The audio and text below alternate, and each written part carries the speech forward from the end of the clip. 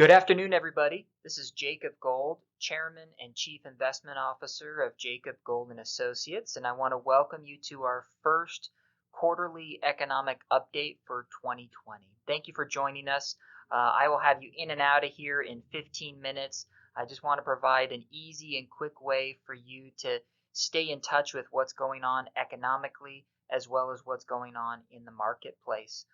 As I'm going through this economic update, please feel free to email me any questions that you might have about just about anything. And once I'm done with my 15-minute economic update, I will review those questions and I'll be able to answer those questions for you at that time. So please, once again, feel free to send me an email during today's presentation, and I will do my best to answer those questions at the end of this economic update.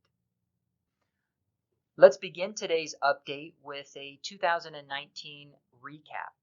The S&P 500 climbed 29% in 2019.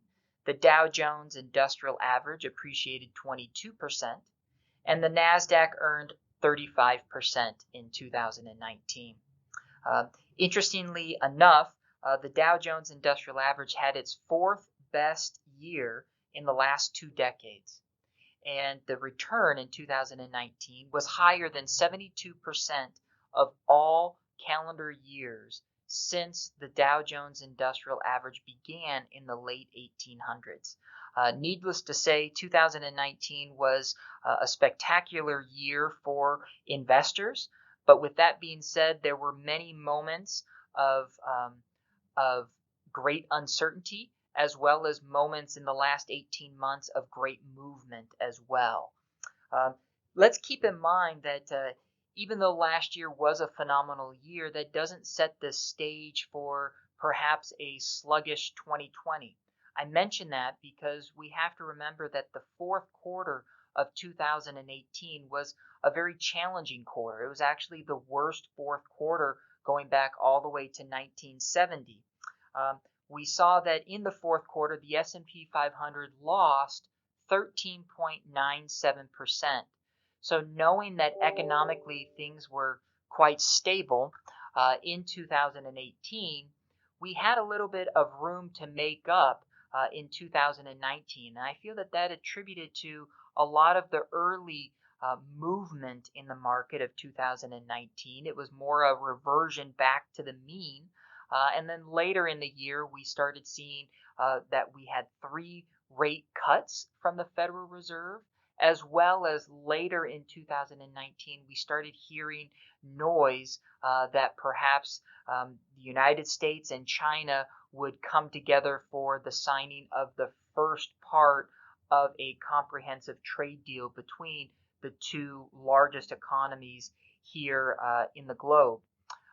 We do have information that as of right now, that signing is going to take place on January 15th of 2020, and that has really lifted spirits just in the fact that we understand that trade wars temporarily can confuse investors as well as perhaps encourage individuals and corporations to take a quick pause on their long-term planning. Let's take a moment here and let's review some data that has come from the Federal Reserve. Many of you have learned over the years that I put a lot of confidence in the reports that the Federal Reserve produces 8 times a year. Those reports that they produce go by the name of a beige book. The beige book is released 8 times a year, and it really breaks down the economic output of the 12 Federal Reserve districts within the United States. Here in Arizona, we report to the San Francisco district, and I'd like to share with you some of the data that came out of the most recent beige book, which was released towards the latter part of November of 2019. The beige book referenced that economic activity throughout the United States expanded modestly from October through mid-November, as well as most districts reported stable to moderately growing consumer spending within their districts. There was also an increase in auto sales and tourism, as well as manufacturing, reported an expansion during that same time period. I say all of this because those economic data points are important for us to take into account when we start forecasting where the markets might go in the future. What I'd like to do now is share with you some studies of how individual investors have done throughout the years, as well as to share with you how unemployment looks in the United States, as well as overall consumer spending, and most importantly, earnings per share of S&P 500 companies. But the first slide that I'm going to show you comes from the Voya Global Perspectives. And if we take a look at this, you can see that this report shows the average mutual fund returns from January 1999 to December 2018. You can see in that time period, an investor that had all of their money in the S&P 500 would have earned a 5.62% return during that time period. If someone had all of their money in the Bloomberg Barclays Aggregate Bond Index, they would have averaged 4.55%. And during that same time period, inflation averaged 2.17%. That's important because many of my students, as well as my clients, know that inflation is a silent killer. It erodes the purchasing power of our dollar. So if an investment's growing by 5 and inflation is at 2, the true real rate of return that you incurred was a 3% rate of return because inflation is eroding your purchasing power. During that same time period, you can see that the average investor only earned 1.87%. And initially, someone might look at that and be confused on why there is such a huge difference between the S&P 500 and the average investor. I would say to you a big reason for that discrepancy is that the average investor is an emotional investor. They tend to fixate on data. They tend to make speculative judgment calls, and many times they might get in at the wrong time or get out at the wrong time because they're paying too much attention to the headline news. Now, what we don't know is what sectors, what companies will do well over the next 12 months. The next slide gives you an idea of how overall employment looks here within the U.S. And you can see that U.S. unemployment is right around 3.5%, which is a 50-year historic low. When we recognize that the average consumer is fully employed, most individuals get their confidence about the U.S. economy based on whether or not they have a job. Because we have to keep in mind that only about half of Americans actually have money in the stock market. If an investor that has money in the stock market, they may look at whether they have a job and whether their investments are doing well, and the combination of both of those things will give them a confidence or lack thereof of our U.S. economy. But for those that don't have money in the stock market, their sole barometer for whether or not the economy is doing well is whether or not they have a job. And right now, if an individual is seeking for a job, there are still a lot of job opportunities out there for individuals.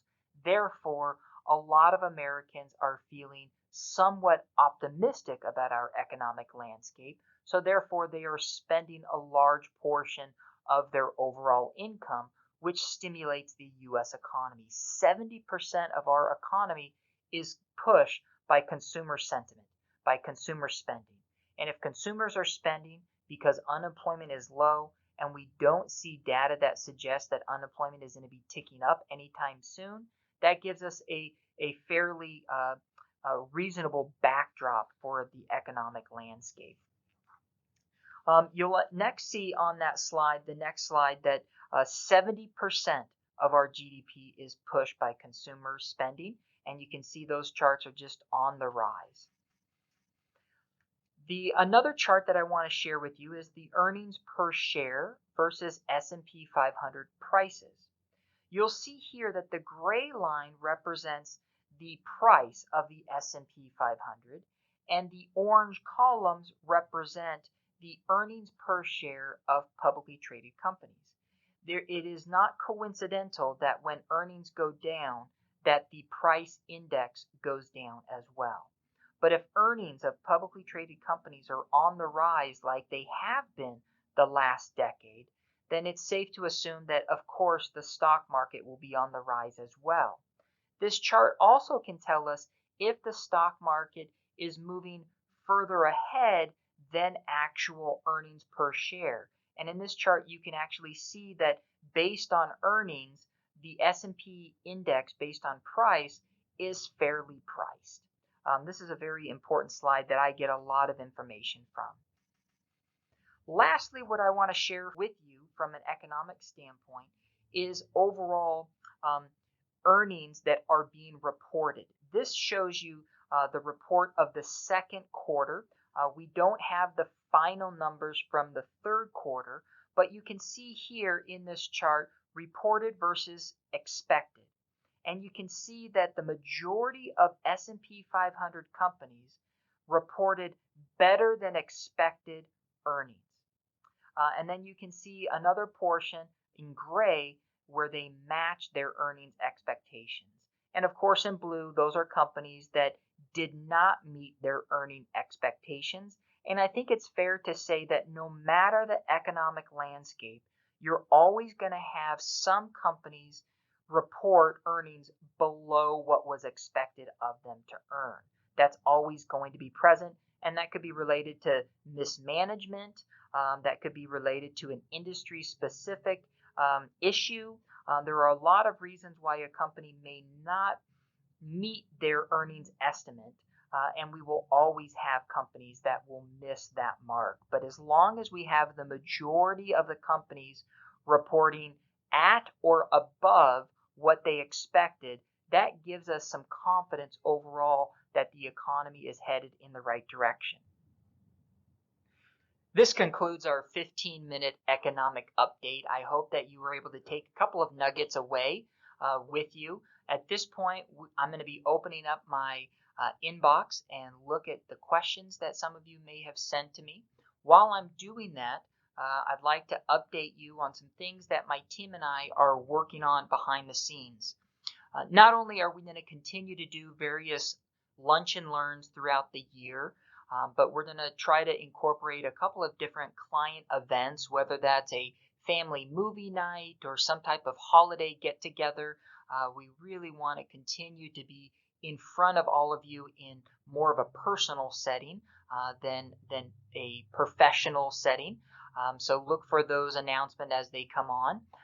But then also I wanted to let you know that beginning in this year, my team and I are starting a YouTube channel where we are going to begin to teach individuals some basic money management concepts. They're going to be quick 5-minute videos, and we hope that you can check those out as we produce those and release those. But we have a lot of exciting things that we're going to be working on, and we're going to be looking forward to hearing your opinion on those things as we roll them out. If you are watching this or listening to this on YouTube or through LinkedIn, please know that even though this isn't a live recording to you, you are still free to email me questions that you might have. My email address is jacob@jacobgold.com. Okay, just give me a few moments here to make this transition, and we'll get right into the questions.